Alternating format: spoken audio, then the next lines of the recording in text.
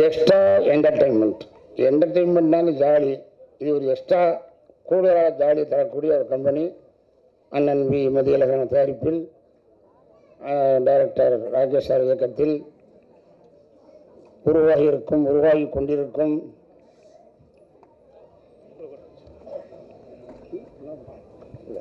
அரசியல்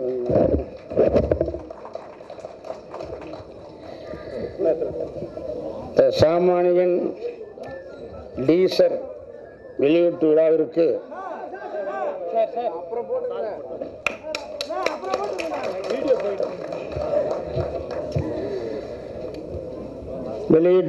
வந்திருக்கும் மேடையில் அமர்ந்திருக்கும் அத்தனை பேருக்கும், இங்கே முதலில் அழகாக பேசிய அருமைக்குரிய நடிகவேல் எம்.ஆர். ராதாவின் முதல்வர் அண்ணன் ராதாரவி அவர்கள்,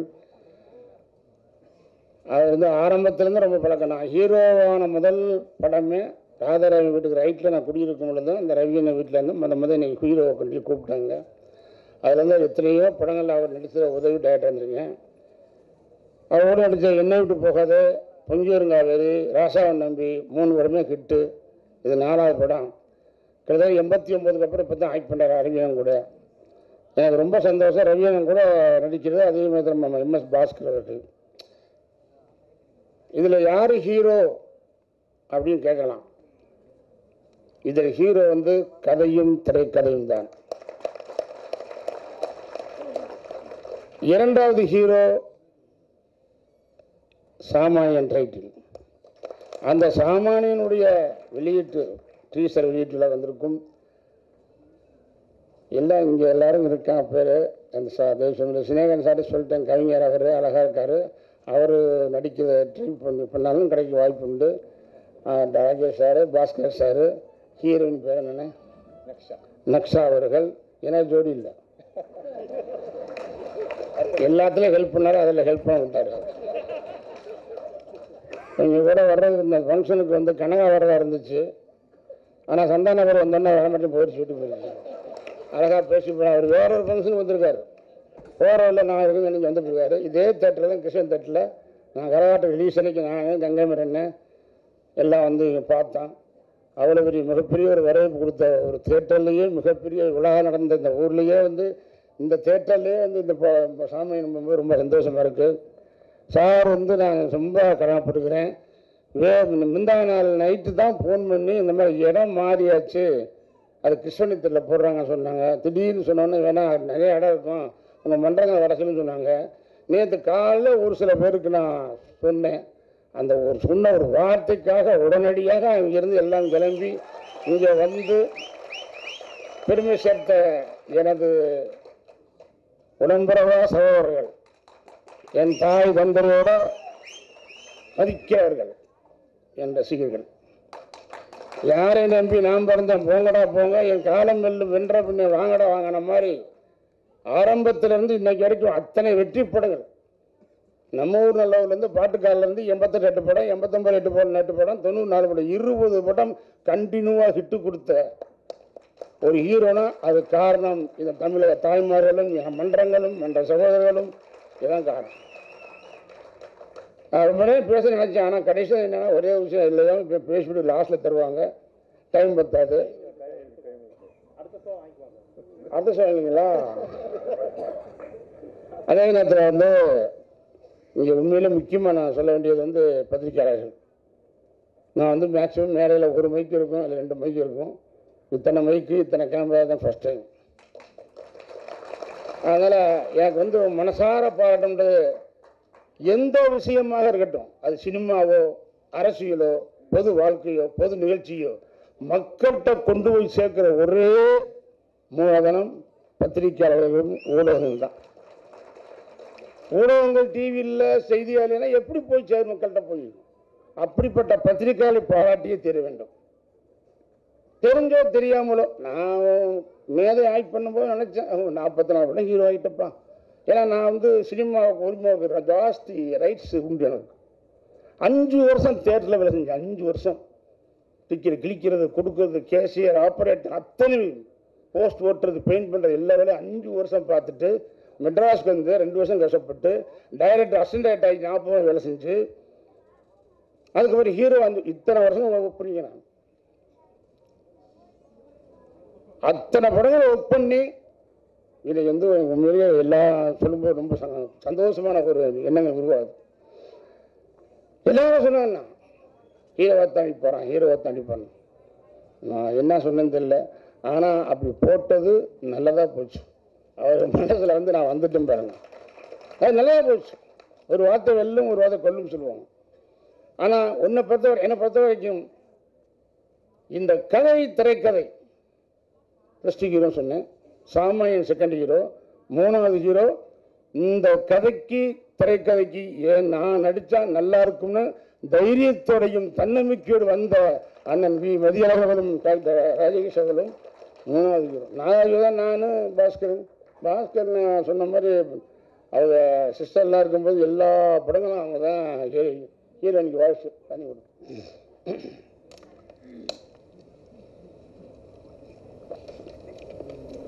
அருமையான நண்பர், ரொம்ப வருஷம் பழகம். அவர் சொன்ன மாதிரி அப்போ டப்பிங் ஆர்டிஸ்ட் ஆரம்பத்தில் நான் அசண்ட் ஆகும்போது அவெல்லாம் டப்பிங் ஆர்டிஸ்ட்டு. அப்படிப்பட்ட பாஸ்கர் வந்து பரவாயில்ல ஒரு சின்ன பிட்டு தான், அப்படியே ஒரு 2 ஷாட்டு தான். அந்த ஷாட்டு லோவாங்க வைக்கும் கூட அதை குதிச்சு போகிறார், கால் கூட நடிக்கிறதா இருக்குது. அவன் சொன்ன மாதிரி கெட்டப் அந்த கண்ணு டயர் சொன்னார், நல்லா வித்தியாசமாக இருக்குது. நான் ஒரே ஒரு 2 ஷாட் தான் வர்றேன், மற்றவங்க ஃபுல்லாக வர்றாங்க. அவர் நிறையா வர்றார், அவர் இன்ஸ்பெக்டர், அவர் இன்னொருத்தர். ஆனால் நல்லா இருக்கும், ஷார்ப்பாக இருக்கும். ஆனால் சாமானியன் டைட்டில் வச்சுக்கிட்டு இதை என்ன இப்படி துப்பாக்கி சொல்கிறாங்கன்னா அதுதான் அந்த படத்தினுடைய கதையும் கரு. எல்லாரும் தெரியும், ரசிகர்கள்லாம், என் தாய்மாரெல்லாம், ராமராஜன் துப்பாக்கி பிடிச்சி என்ன பண்ணுவார், ஒரு வயக்காட்டில் இருந்தவராச்சு, கிராமத்தில் இருந்தவராச்சு, இவரை கொண்டு போய் துப்பாக்கினா யோசிப்பாங்க, ஏதோ இருக்குடா, இல்லை இருந்தாலும் ஒத்துக்க மாட்டாங்க அப்படின்னு நினச்சிருக்கலாம். ஆனால் இது வந்து உண்மையிலேயே அவங்களோட தன்னம்பிக்கை தைரியம் பாராட்டணும் சார். ஒவ்வொரு தயாரிப்பாளருக்கும் அந்த தன்னம்பிக்கும் தைரியம் வந்தால் சினிமா வளர்ந்து ஓடான் இருக்கு. ஒரே வகையோட போக முடியாது, பல பாதை இருக்குது, குறுக்கு பாதை இருக்குது, ஷார்ட் பாதை இருக்குது, பைபாஸ் இருக்குது, அது மாதிரி போகணும். அந்த தன்னம்பிக்கை ரொம்ப பாராட்டணும். கதையை சொன்னார் டைரக்டர், கேட்டுக்கிட்டே வந்தேன். இவங்க எத்தனையோ கதை சொல்லிட்டாங்க, நானும் கேட்டுகிட்டே இருக்கேன், ஏதாவது ஒன்று மாட்டுமான. ஒன்றுமே மாட்டலை, எதுவுமே மாட்டலை. ஏன்னா இப்படி நடிக்கிறது அது 100 கோடி கொடுத்தாலும் தாறுமாறா நடிக்கிறதுக்கு நான் வந்து தரங்கிட்டு போன வர்க்கத்தில் புறத்தில் எம்ஜிஆர் உள்ள வந்தேன். அவர் சொல்லிக் கொடுத்த வழி ஒரு நல்லவரை ஃபாலோ பண்ணுறையா அதப்பா. நான் தேட்டரில் வேலை செய்யும்போது ஒரு நாளைக்கு 3 ஷோ டெய்லி பார்ப்பேன்.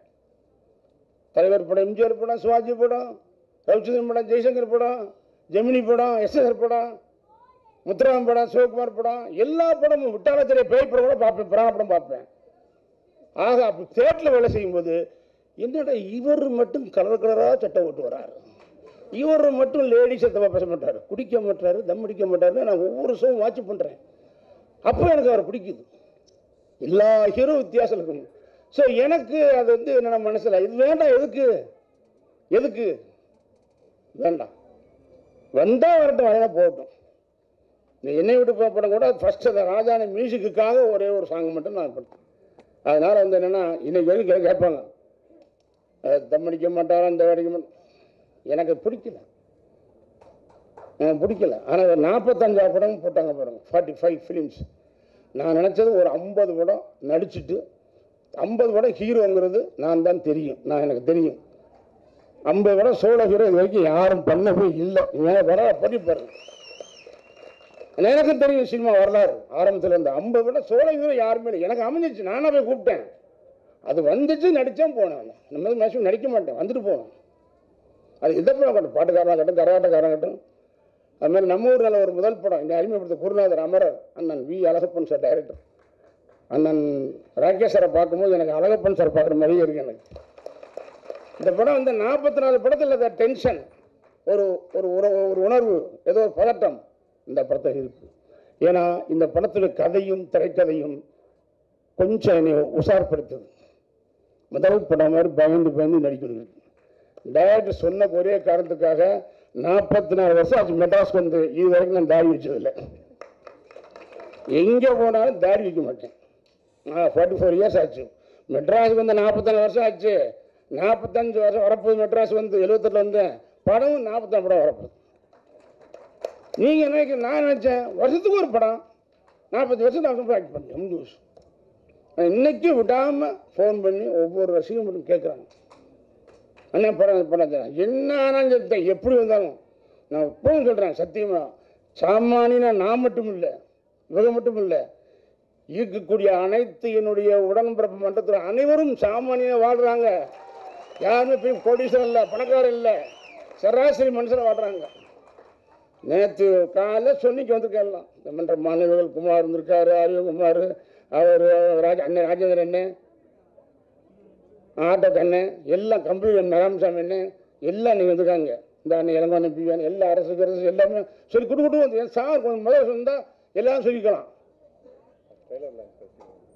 ட்ரெயிலர் அது வந்து அது சொல்லிட்டு முதல்ல எல்லாம் வரணும் கேட்டாங்க. மலைக்கு வாங்க, அங்கே வந்துக்கிறோம் அப்படின்னு சொன்னாங்க. அது மாதிரி எனக்கு ரொம்ப, அதாவது அந்த குறுகிய காலத்தில் கூட பார்க்கணுங்க அதுக்கு அந்த வேகம் இன்னைக்கு சத்தியமாக லைஃப்பில் யாரை மறந்தாலும் சரி, நான் கடைசி வரைக்கும் மதிக்க ஒரு ஆள் அந்த மதியவன் அவர்கள் ராகேஸ்வரர்கள். இந்த நேரத்தை அந்த படம் பண்ணது. அதே மாதிரி லைஃப்லாம் நான் கடமைப்பட்டிருக்கிறது என்னுடைய ரசிகர் மன்ற உடன்பிறப்புகள். அது வந்து பெரிய விஷயம், யாராருக்கும் வரும். ஆனால் எல்லாருக்கும் ஈஸியான வார்த்தை மக்கள் நாயகன், மக்கள் நாயகன் அப்படின்னு சொல்லிட்டாங்க. அப்போ மக்களுக்கு என்ன பிடிக்கும்? எல்லாரும் பண்றாங்க, எல்லாரும் குடிக்கிறோம், எல்லாரும் கம்பெனிக்கிறோம். அப்படி இல்லையே, நமக்கு பிடிக்கல. இப்போ மலேசியா மந்திரி சார் வந்து வந்துடுறேன், குலசேகரன் சார் போயிட்டு அந்த சட்டையை பார்த்தோன்னா மலேசியா எனக்கு தெரியும். அது மலேசியா பத்தேக் சட்டை, எங்கள் ரிலேஷன்ஸ் நிறைய பேர் இருக்காங்க. இந்த சட்டையை பார்த்தா ஏன் சட்டை இந்த கலப்படாங்க. ஆனால் அவர் உஷார், இந்த படத்தில் அவங்க கலர் வரவே கொடுத்துட்டாரு. ஸோ அவருடைய டைரக்டர் எனக்கு கொண்டு வரன்றது இந்த கெட்டப் வந்து அவளுக்கு தாடி வச்சு மீசை வச்சு ஒரு டைப்பாக அவர் பண்ணுறாரு. ஏன்னா அப்போ தான் அந்த கதைக்கு கரெக்டாக வரும், ஃப்ளாஷ்பேக் வரும்போதெல்லாம் ஒரு மாதிரி வரும்ட்டார். கதையை சொன்னோன்னா இவர் இன்ட்ரோ சொன்னார். நான் எத்தனையோ படம் கேட்டிருக்கேன், நானும் டைரக்ஷன் பண்ணி வைக்கும் கேட்டிருக்கேன். ஆனால் இந்த படத்தில் ஒரு இன்ட்ரோ மாதிரி இது வரைக்கும் உலகத்தில் எந்த படம் வரல. அது யாராலும் கணிக்க முடியாது. அதே எங்கள் படத்தில் யார் அந்த ஒவ்வொரு கொலையாக பண்ணுறது கண்டுபிடிக்க முடியாமல் கடைசி தெரியுமோ, அதையும் அந்த படத்தில் இன்ட்ரோ ஸ்டாப் பண்ணார். சார் சூப்பர், நான் டைரக்டர் ஹீரோ தான், ஆனால் இன்ட்ரோ நினைக்கவே இல்லை. பெரிய சார் அருமையான இன்ட்ரோ. ஒரு படத்துக்கு ஆரம்பம் எப்படியோ அதே மாதிரி பாதி இடைவேளையில் தான் போயிட்டு வேமா வரும், உள்ளே வருவோம். அவர் சொல்லும் போது அந்த ஃபர்ஸ்ட் ஹாஃபில் ஒரு ஃபைட்டு இருக்கா இல்லை, ஒரு சாங் இருக்கா இல்லை. இங்கே கதாநாயகன் உட்கார வச்சுக்காரு, என் கூட பாரு சாரில் நான் கேட்கணும்ல, ஹீரோ தானே சொன்னீங்க, ஹீரோ பேர் கேட்கணும்ல சார், நீங்கள் இன்று வரைக்கும் கதை சொன்னீங்க, இதில் எனக்கு ஜோடி இல்லை, பாட்டு இல்லை, ஃபைட் இல்லை. கேட்டோன்னா ஏன் கதை இந்த நேரத்தில் இந்த டயத்தில் இது ரொம்ப பிரமாதம் சார். எனக்கு போச்சு செகண்டாக சொன்னாங்க, அருமையான மேட்ரு. சொன்ன மாதிரி நானும் ஒரு டைரக்டருங்கிறனால சார் கரை சொன்னே பண்ணிட்டாங்க. நிச்சயம் யார் தடுத்தாலும் சரி, என்னைக்கு எந்த காலத்திலையும் சாமானியின் வரலாறை மாற்றவே முடியாது, அதை திருத்தவே முடியாது. அந்த டைட்டில் எனக்கு பயங்கரமான மோகம். டைட்டில் வந்து ரொம்ப பெத்த பிள்ளை பேர் வைக்கணும், அது சும்மா இல்லை. டைட்டிலுங்கிறது பெத்த பிள்ளை பேர் வைக்கணும். சார் மதியலன்னா இன்னைக்கு எத்தனையோ வருஷம், 100 வருஷம் ஒரு பேர். ஒரு குழந்தை பிறந்த என்ன பண்ணுறான், உடனே ஜோஷின்ட்டு ஓடும். படம் டைரக்ஷன் பண்ணுவார், படம் எடுத்துக்கு முடிஞ்சு ரெடி ஆகிட்டு இருக்கும். இங்கே இப்போ பொண்டாட்டிக்கு பிள்ளை வந்துடும். பிள்ளை பிறந்தோன்னா பார்த்துட்டு ஒரு என்ன டக்குன்னு வேற யோசிச்சுட்டு ஓடுவார். பிள்ளை பிறந்துருச்சு, என்ன ராசி, என்ன லக்னம், என்ன நட்சத்திரம், என்ன இனிஷியலில் பேர் வைக்கலாம் உடனே அவரை சொல்லுவார். உடனே தேடி பிடிச்சி நீங்கள் கே வைங்க அப்படின்னு சொல்லுவார். உடனே டைரக்டர் படம் டைரக்ட் பண்ணுவார். அந்த பையனுக்கு கே கண்ணன் வச்சுட்டேன். அந்த படம் ஹிட் ஆகி போச்சு. சரி, என் பையன் வந்து நேரம் படம் ஹிட்டு, ஓகே. அடுத்த படம் அது வளர்ந்துக்கிட்டு இருக்கான் பையன். அதே மாதிரி அடுத்த படம் வந்துச்சு. அடுத்த படம் வரும்போது ரொம்ப மாசம் ஆயிடுச்சு. மறுபடியும் குழந்தை பிறந்துச்சு. ஓடுறாரா, முதல் படத்தை உங்களுக்கு ஓடி இல்லை. நான் கேட்குறேன் என்ன அப்படின்னு. நீ என்ன அவன் என்ன ராசி, அவன் என்ன சிறப்பு கேட்பில்ல, இது உடனே ஓடுவேன். இப்போ யாராவது ஒருத்தர் இல்லைப்பா மொதல் பையனுக்கு கண்ணன் பேர் வச்சுட்டேன், இப்போ டைம் இல்லை, இது கண்ணன் 2 அப்படின்னு சொல்லுவோம்மா போவோம். நான் டேரக்டர் தான், அவர் டேரக்டர் தான். இப்போம்மா என் பையனுக்கு அருண் வச்சுருக்கேன், இன்னொரு பையன் இருந்தால் அருண் கூட வைப்பேன். நான் என் பிள்ளைய பார்க்கும்போது ஓம் பிள்ளைய பார்க்க மட்டும் உனக்கு ஜோசியம் ராசி இன்ஷியல் வேணும். அது டூன்னு என்ன டூ? எத்தனையோ கவிஞர் எழுதி கொடுத்துப்பாரு இந்த கவிஞர் சக்கரத்தை. எந்த ஒரு கவிஞனுக்கும் 1000 இல்லை 5000 இல்லை 50,000 பாட்டு எழுதினாலும் எழுதின வார்த்தை வராது. அதான் கவிஞன். அதே மாதிரி திறமையாக உள்ள புதுக்குழு தமிழ்நாடு. எத்தனையோ டைட்டில், எத்தனையோ படம் பண்ணி 5000 படம் எடுத்தாச்சு. எவ்வளோ டைட்டில் இருக்கு. அது டூ என்ன டூ டூ விட்டா டூ விட்டு போயிடுவோம். ஏன் சார் அமரான் கூப்பிட்டார் சந்தான பேர் போயிட்டாரா? அந்த தம்பி நம்ம கரகாரம் டூ போடுவோம் அண்ணே. ரொம்ப கேர்ஃபுல்லாக டீல் பண்ணணும். வச்சாச்சு, ஆடியாச்சு, ஓடியாச்சு, முடிஞ்சு போச்சு. நீ அதை போய் திறப்படாது. இல்லை இல்லை நான் கனகா அதெல்லாம் இந்த நான் வர மாட்டேன். அப்படியே வந்தாங்க. அந்த டூன்ற வேலையை வேணாம். அப்புறம் ஒரு விஜய் முட்டன் சார் வந்தார். வணக்கம் சார், இப்போ தான் பேசிக்கங்க நேரத்து வந்துட்டீங்க காலையில். சொல்லுங்கள் சார், ஒரு படம் பண்ணணும். சரி சொல்லுங்கள். டைட்டில் கோலிசோடா போச்சு, முடிஞ்சு போச்சு. அதுவும் முடிச்சுட்டேன். அவ்வளோதான். நீங்கள் என்ன தான் சேர்க்க மாட்டேன். கோலிசோடா டூ பண்ண மாட்டாங்க. அதல்ல இப்போ இந்த சாமானியன்ற வார்த்தை இன்னைக்கு எல்லோரும் பயன்படுத்தக்கூடிய அன்றாட வார்த்தை. அது எங்கே வந்து அமைது பாருங்க. போன வர்றதுக்கு 2 மாதத்துக்கு முன்னாடி ஒரு கேமராமேன் டைரக்டர் கதை சொல்கிறாரு. அந்த கதை கொஞ்சம் அவார்டு வாங்குற மாதிரி இருந்துச்சு. சரி நடிச்சு தொலைவோம், எல்லாம் சும்மா போட்டு நம்ம ரோட்டில் வந்து பிடிக்கிறாங்கன்னு சொல்லி சரின்னு சொல்லிட்டேன். டைட்டில் நம்ம சொன்னார், அழகர்னார். நமக்கு இந்த இதான் வராது, கேரக்டர் மேலே நமக்கு சரியாக தட்டப்படுறது வேறு பேர். அவர் சாமானியன்னார். நல்லா சார் அப்படின்ட்டு போனதுக்கப்புறம் தான் அம்மீறி ஒருத்தர் அசூர் போயிட்டு இருந்தாங்க. அதனால் டைட்டில் சாமானியன். இந்த டைட்டிலுக்காக பண்ணி போடாமல் கொஞ்சம் திடீர்னு வந்து இவங்க வந்து கதை சொன்னாங்க. டைட்டில் கொஞ்சம் மாற்ற சார் திடீர்னு சார் சாமானியன் சார் சூப்பர் சார்ன்ட்டேன். இந்த டைட்டில் அவ்வளவு முக்கியமானது. நீங்கள் பழையாவது படம் பாருங்க. எங்கள் வீட்டு பிள்ளையா அது எம்ஜிஆர், நம்நாடா எம்ஜிஆர், ஒளிவிளக்கா எம்ஜிஆர். இப்போ பழைய ஆள் பாருங்க, எல்லார் படமும் கரெக்டாக ஞாபகம். அதனால் டைட்டில் வந்து ரொம்ப முக்கியம். அதனால் சாமானியன் டைட்டில் நமக்கு வந்து சேர்ந்ததில்லை. அது இறைவனுக்கு வரப்பிரசாதம். இறைவனுக்கு வரப்பிரசாதம். அது நல்லா நடிக்கிறது.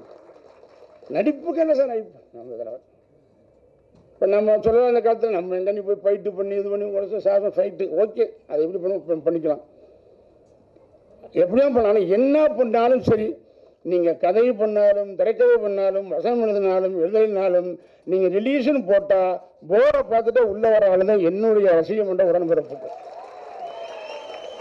நீங்கள் வந்து வந்தால் போகுங்கய்யா. பொம்பளை பேசுகிறாங்க தெய்வம் அண்ணே தம்பி பிள்ளை ஏன் வரமாட்டா சினிமாவில்?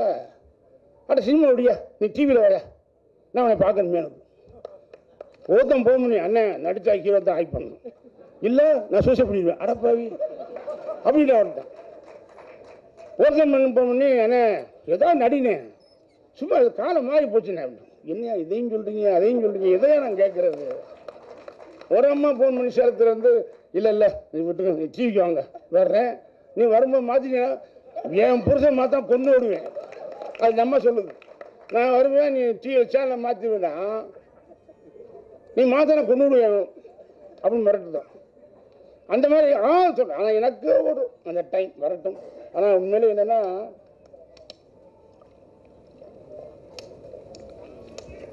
ஐம்பது படம் நினைச்சேன் ஆக்ஷன் டைரக்ஷன்.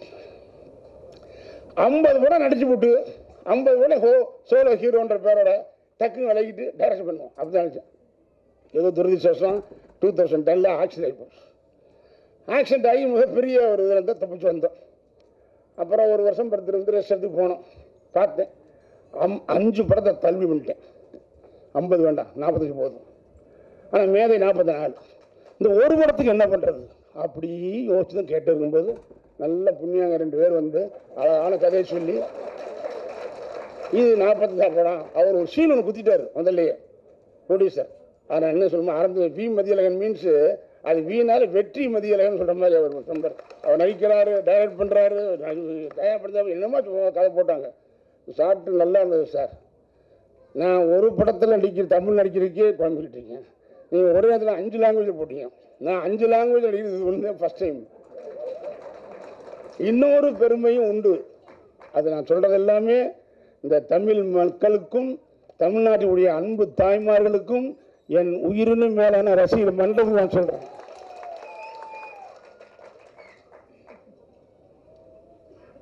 என்ன செய்யறது சொல்லுங்க. நடிக்க மாட்டேன் நடிக்க மாட்டேன் நடிக்க மாட்டேன்னு சொல்றாங்க. ஹீரோவாக தான் இருப்பார் அவர். அதெல்லாம் ஒன்றும் கிடையாது. நல்ல கதை, திரைக்கதை. இப்போ ராதாரவி சொன்ன மாதிரிலாம் அன்றைக்கி பாஸ்கர் சார்லாம் உண்மையிலேயே ஆர்எஸ் பாஸ்கர்லாம் எம்எஸ் பாஸ்கர்லாம் எங்கேயோ எவ்வளவோ போயிட்டு டெவலப் பண்ணுறாங்க. என்ன படங்கள் நான் டிவியில் பார்க்குறேன். மேலே கவிஞர் இருக்க சின்னகனாக பேசுகிறார். அது பேச்சு நான் மீன் குஞ்சுக்கு நீந்த கற்று கொடுத்த மாதிரி அவர் அடிக்கிட்டே போன சின்னகனை பார்த்து நான் அவரே நடிக்க என்ன நடிச்சிருக்காரு. Very good very good. வந்துடும் விடாது. நடிக்கவும் இருந்தால் நடித்தே தீரணும். அதில் மாட்டுக்கிறதே இருக்க முடியாது. அது புதிய ராம்ஜி என்ன பார்க்குறீங்க, அதே கெட்டப். ராமராஜன் முடி எப்படி இருக்கோ அதே மாதிரி நீங்கள் வீட்டிலே முடி வச்சு அதே அப்படியே பார்த்தா மக்களோட ராம்ஜி என்ன அது ஞாபகம் இருக்காது. அதே மாதிரி தான் கொஞ்சம் கூட வயசு மாறலை. நான் 7 வருஷம் முன்னாடி பார்க்கும்போது அப்படியே இருக்கிறேன். சந்தோஷம். எல்லாம் ஏனுடைய 6 ஆண்டு கொடுத்த வரோம். ஆனால் அந்த அருமையான ஒரு டைட்டில் வச்சு எனக்கு ஒரு நல்ல கதை. ஹீரோயின்ஸ் எல்லாம் பேர் ஒருத்தர் சொல்லிட்டு இன்னொருத்தர் நக்ஷா, ஹீரோயின் நக்ஷா, அவர் எல்லாரும் அவர் நந்தா பெரியசாமி அவர்கள், நம்ம சார் சண்டு மாஸ்டர் மிரட்டால் செல்வா அவர்கள், அருமைக்குரிய கேமராமேன் சார் அருள் எனக்கு வேணும் இல்லை எடிட்டர் சார் கோபி சார். ஆனால் படத்தில் பண்ணிக்கக்கூடிய அத்தனை டெக்னீஷியன்கள் அது மாதிரி கதை தம்பி கார்த்திக்குமார் பேசலாம். முத ஐயோ அதையும் பார்த்தேன். செட்டிலே பார்த்தேன். பிரம்மாண்டமான ஒர்க்கர். டைரக்டருக்கு ஒரு அர்ஜென்ட் ஒரு ஆள் போதும், அவர் ஒருத்தர் போதும். எல்லா வேலையும் பார்க்குற கார்த்திக்குமார். அருமையான கதை. என் முதல் கதையே ராமராஜனா அப்படின்னு நோக்கினார் ஆண்டவன். நம்மகிட்ட முன்னாடி எல்லாம் கடவுள் கொடுத்த வரோம். அவ்வளோதான். அந்த தெய்வ வாக்கில் உண்மையிலே இதெல்லாம் நினைக்கல. இப்போவும் நினச்சா இது கனவா இல்லை நினைவா எனக்கு தெரியல. உண்மையாக சொல்கிறேன். இத்தனை பத்திரிக்கைகளும் இப்போ நான் பேசுறது கிடையாது. எனக்கு எல்லோரும் பேட்டி வேணும் பேட்டி வேணும் பேட்டி வேணும். என்ன பேட்டி இல்லை எதையாவது சொல்லணும். எதையாவது சொல்லணும்னா எங்க நான் மீட்டிங்கும் போகல ஷூட்டிங்கும் போகல. எதையாவது பேசுங்கண்ணா. என்னங்க நீங்கள் எதையாவது பேச அப்படிங்க. நான் ஷூட்டிங் கிடையாது மீட்டிங் கிடையாது. சும்மா இருக்க வீட்டில் ஏதாவது கொடுங்க சார். ஏதாவது கொடுக்க முடியாது சார். சும்மா அப்படி சொல்ல முடியும். நான் போன வாரம் அந்த மறந்து உட்காந்துருக்கேன். நீ 10 வருஷம் போய் கேட்டீங்கன்னா ஏன் சொல்ற அதான் வரட்டும். அதனால் என் மேலே கோபம் இருக்கலாம். பத்திரிக்கையாளர்களாம் என்ன தரமாட்டுறாரு அவர் நம்பிக்கைவரா பேர் தரமாட்டுறாரு விஷயம். இப்போ நீ கேளுங்க சொல்லுவேன். சாரை பற்றி பிடிச்சி சொல்லுவேன். சொல்லுவேன் எல்லாம் சொல்லுவேன். இந்த ஒரு நம்பர் ராஜேஷ் என்னுடைய நண்பர். ஒரு மூலமாக தான் எனக்கு இந்த படம் வந்தது. எனக்கு பெரிய ராஜேஷ் ஃப்ரெண்டு ஒரு மூலமாக வந்து அப்படியே வந்து இந்த படம் வந்துச்சு. ஆனால் என்றைக்கு இருந்தாலும் மறக்க முடியாத ஒரு நபர் நம்ம ராஜேஷ் வருவார். அதனால் இன்னும் கூட இப்போ பேர் வந்துருச்சுல. இப்போ நீ சினிமா எல்லாம் பேசுவேன். ஒன்றும் பிரச்சனை இல்லை. நான் நிறைய பேசுவேன். ஆனால் என்னென்னா அது எதுவாக இருந்தாலும் நான் நடிகை அப்படிங்கும்போது லாஸ்ட்டில் மைக் வரும்போது கொஞ்சம் அவசரமாக பேச வேண்டியது. எப்போவுமே அது ஒரு மீட்டிங்கோ எதாக இருந்தாலும் அந்த லாஸ்ட்டில் மைக் வரும்போது கொஞ்சம் டைமிங் பத்தாது. அதனால் உண்மையாக ஓகே சார். நான் சத்தியமாக சொல்கிறேன். என்னை உருவாக்கின குருநாதர் அமரர் எங்கள் குருநாதர் வி அழகப்பன் சாலையிலையும் உங்களை பார்க்குறேன் சார். ஏதோ அவரே எனக்கு முதல் கேட்குற மாதிரி அருமையான டெக்னீஷியன். ஒரு பட்டுக்கோட்டையும் சொன்னார். பட்டுக்கோட்டை தாமனிங்க வந்திருக்காப்புல. நல்ல உண்மை நல்ல ஆழமான டெக்னிக். நீங்கள் ட்ரெஸ்ஸே பார்த்துருப்பீங்க. ஆனால் கண்டிப்பாக நல்லா வரும். அதில் மாட்டுக்கிறது இல்லை. படத்தினுடைய அத்தனை டெக்னீஷியனுக்கும் வாழ்த்து போகிறேன். அது மாதிரி நான் கூட நடிக்கக்கூடிய அன்பு தம்பி பாஸ்கர் அவர்களுக்கும் எல்லாத்துக்கும் தம்பி அவர் பேர் முல்லை சார் இல்லை எல்லாருக்கும் நான் இந்த நன்றியை தெரிவித்துக் கொள்கிறேன். என்னுடைய அழைப்பை ஏற்று இங்கே வந்து பெருமை சேர்த்த என்றென்றும் என் மனதிற்கும் என் உயிரினும் மேலான உடம்பிரவா மன்ற சகோதரருக்கு என்றென்றும் நான் கடமைப்பட்டு இருப்பேன். அதை ஒரு துளியும் மாறாது. நான் மாற்றவே மாட்டேன். கவலைப்படாங்க. தப்பான வீட்டுக்கு போகவே மாட்டேன். நீ 100 கோடி கொடுத்தாலும் 1000 கோடி கொடுத்தாலும் அசிங்கமான படத்தில் ஆக்ட் பண்ண மாட்டேன். தரமான படம் கொடுத்து தாய்மார்களுக்கு நான் திருப்திப்படுத்துறதான் இந்த ராமராஜன் படம் என்பதை தெளிவாக கூறி வந்த அனைவருக்கும் நன்றி கூறி அண்ணன் ப்ரொடியூசர்களுக்கும் டைரக்டர்களுக்கும் நன்றி. வணக்கம்.